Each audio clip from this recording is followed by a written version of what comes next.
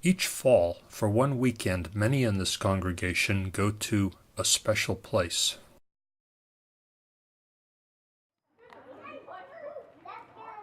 Friday evening and the next 2 mornings, a guest speaker challenges the adult congregation with issues of contemporary faith, but not before a few moments of all-church zaniness.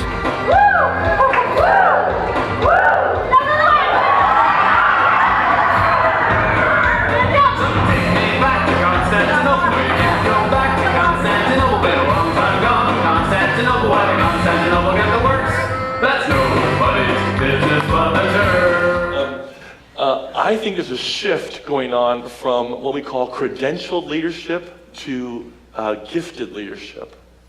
I think our congregations, I think one of the reasons why you love Peter, why you love Judy, why you love John, why you even love Gerald. I know why you love Colleen, because she's amazing. But it's because these people have gifts. You get that, right? Okay? It used to be, years ago, that we would take these people because they had credentials. They had an M.Div after their name, which when you think about it is a pretty audacious claim. I have a degree, it's the Master of the Divine. Dang, you think a lot about yourself, don't you? I do. I can master God. Yep. And R-E-V in front of your name, it's pretty impressive. Well, now we've got congregations who are saying, I really don't care. I don't care where you went to seminary. I don't care what letters you have after or before your name. This is what I care about. I care about whether you are able to stand next to the bedside of my spouse of 56 years as she is in late-stage Alzheimer's and since 2 years ago hasn't recognized me anymore. But she's coming to the end of her life here on earth. This is what I care about. Can you hold her hand and hold mine? And can you assure me that there's a reason to breathe tomorrow? If you can do that, if you can talk God into this room in a way that helps me know that God is faithful and true and still abiding, then I'd like you to stay. If you can't do that, I don't care. I don't care what seminary you went to. I don't care what initials you have after or before your name. I think I'd like you to leave. What gifts do you have for this moment, this turning point in my life? If you have the gifts, then please stay. If you don't, you're welcome to leave. It really is okay. We'll find somebody else. I think in these days, we're looking for gifts. This doesn't bode well for seminary professor. I mean, my whole life is invested in making sure people have credentials. But I'm chairing right now the curriculum review for Columbia Seminary. And we are working hard to make sure that our students emerge with an M.Div or a Doctor of Ministry or a Doctor of Educational Ministry or whatever it is. And they have the gifts to sustain those initials before and after their name. They can talk about Jesus in a way that is not coercive or manipulative or guilt-ridden or shame-based. They can talk about the Lord. They can talk about God, about the Holy Spirit. They can lead. They can be with people in crisis moments and moments of great celebration. That's what we're looking for and trying to find. I sit on the admissions committee for Columbia. After the Saturday morning presentations, a picnic lunch is served on the athletic field. The food is plentiful and is really good.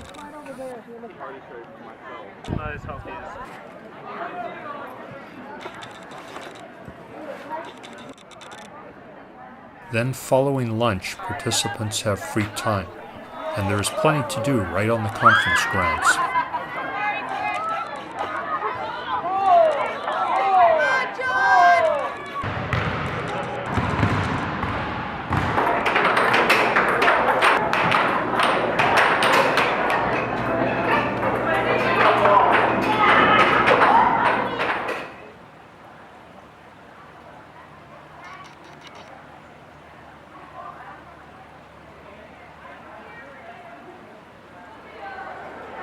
Dinner that evening is served in the main dining hall.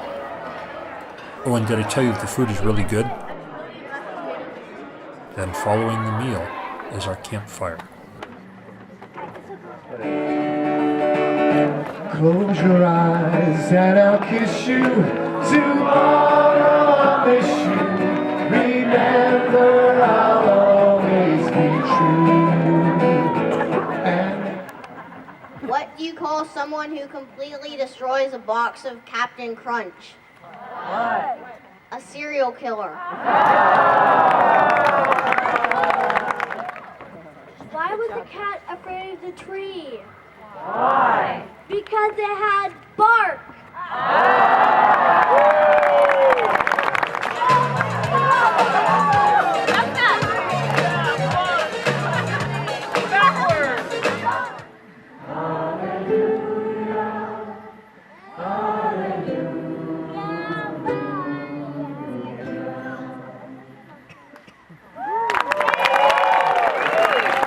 The signature event of the evening is, of course, the staff skit. Well, our first event in today's Presby Olympics competition is the Power Confession Finals. That's right, Zach. I am especially excited about this event inspired by John Calvin. I say I'm at Whole Foods for lunch, but I'm at Jack in the Box. I cannot resist the siren call of the, you know what, I don't even know what's in those tacos, but they're 2 for $1. And the worst of all, I love Twilight. I love it so much. Every time a new movie comes out, I'm there with the other secret Twi moms of this congregation. So we will move on to one of the most competitive fields in the Presby Olympics, the communion high dive. And what a field of competitors we have today. First, we have Bree Johnson. Bree is one of the most exciting athletes in the field of competitive communion today. She, of course, is famous for her unique style and form that all of her opponents know simply as the intimidation machine. That's right. Everyone knows that Bree is not to be trifled with. Rumors have it that she competes in unsanctioned, non-denominational underground intinction ceremonies, which no doubt requires rigorous training. Let's take a look as she steps to the line now.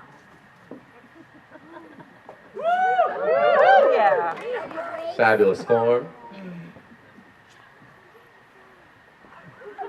She presents to the judges. The mark of a professional. Yes, indeed. Here she goes.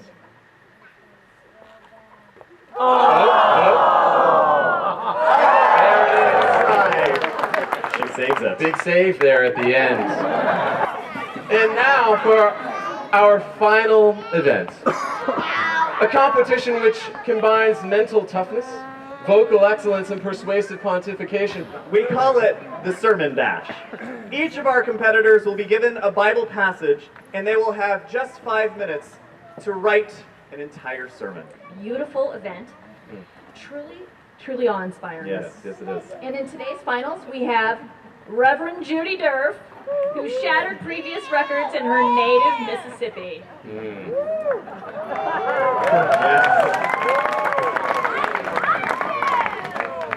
I can smell the incense now. Yes. And next is the Reverend John Weems of Idaho, whose previous sermons have been known to bring tears to the heart. Wow. Weems known for his chaotic style. Yes. Always exciting. Always. And last but not least, Reverend Whitelock of California, who placed last in his qualifying heat, but was announced the winner when all the other contestants tested positive for anabolic steroids.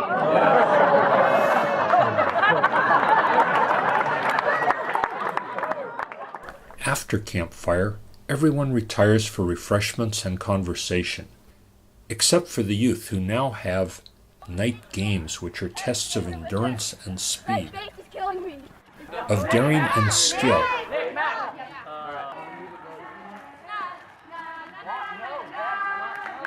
and of, musicianship.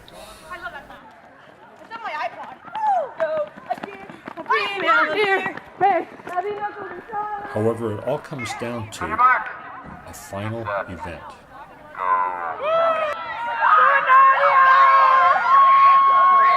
Go, go, go, go!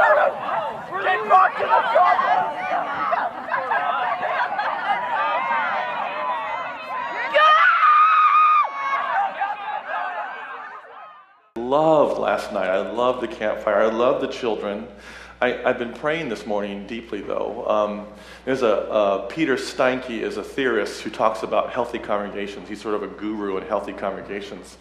And he talks about how important play and playfulness is. And he says a sign of a congregation that is healthy is able to play and be playful. But I'll tell you, I've been really struggling with the staff skit. I'm trying to discern with the Lord whether I should be delighted or just deeply concerned.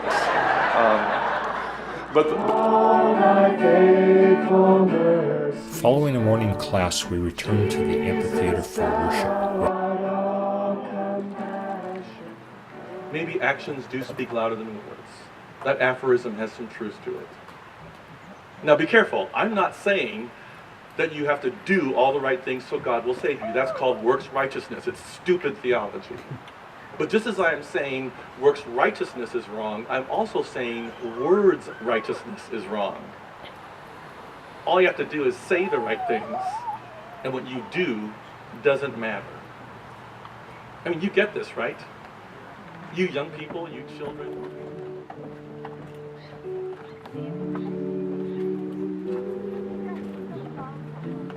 Then after communion and a final noon meal together, the participants head for home.